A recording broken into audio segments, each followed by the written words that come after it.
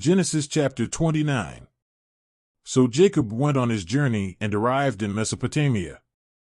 One day, looking around, he saw a well in the field and 3 flocks of sheep lying nearby, for the flocks drank from that well, which was covered by a large stone.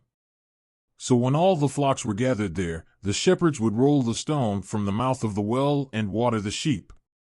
Then they replaced the stone in its place over the well. Jacob asked the shepherds, "My friends, where are you from?" "We are from Haran," they replied.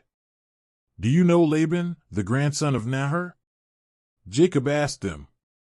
They replied, "Yes, we know him." Then Jacob asked, "Is he well?" "Yes, he is well," they said, "and here comes his daughter Rachel with the sheep." He said, "Look, the sun is still high and it's not time to bring in the flocks. Water the sheep and take them back to pasture."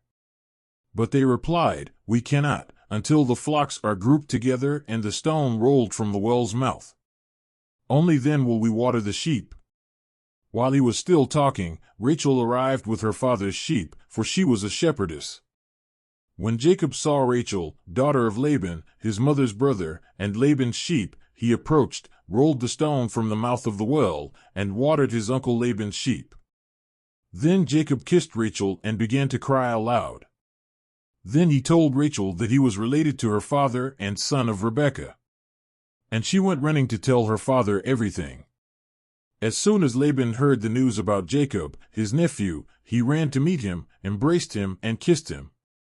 Afterwards, she took him home, and Jacob told her everything that had happened. Then Laban said to him, "You are blood of my blood." For a month now Jacob had been at Laban's house. When the latter said to him, "Just because you're my relative you're going to work for free? Tell me what your salary should be."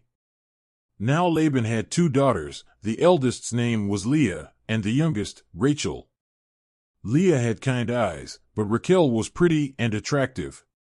As Jacob was very fond of Rachel, he said, "I will work 7 years in exchange for Rachel, your youngest daughter." Laban replied, "It will be better to give it to you than to some other man. Stay here with me." So Jacob worked 7 years for Rachel, but they seemed like a few days to him because of how much he loved her. Then Jacob said to Laban, "Give me my wife. I fulfilled the allotted term and I want to sleep with her." So Laban gathered all the people of that place and held a feast. But when evening came, he gave his daughter Leah to Jacob, and Jacob slept with her. Laban also gave his servant Zilpah to his daughter, to be in her service. When morning came, there was Leah. Then Jacob said to Laban, "What have you done to me? Didn't I work for Rachel? Why did you deceive me?"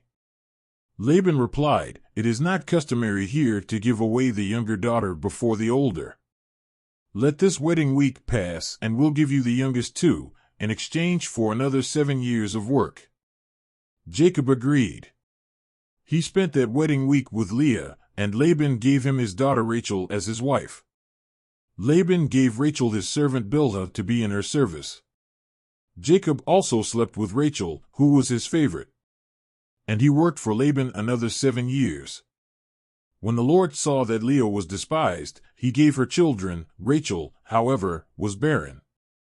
Leah became pregnant, gave birth to a son, and named him Reuben, for she said, "The Lord has seen my unhappiness. Now, surely my husband will love me." Leah became pregnant again, and when she gave birth to another son, she said, "Because the Lord has heard that I am despised, he has given me this one too." By what he called him Simeon.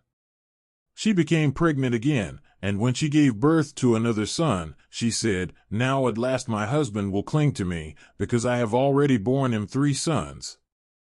So he named him Levi. She became pregnant yet again, and when she gave birth to another child, she said, "This time I will praise the Lord." So he named him Judah. Then she stopped having children.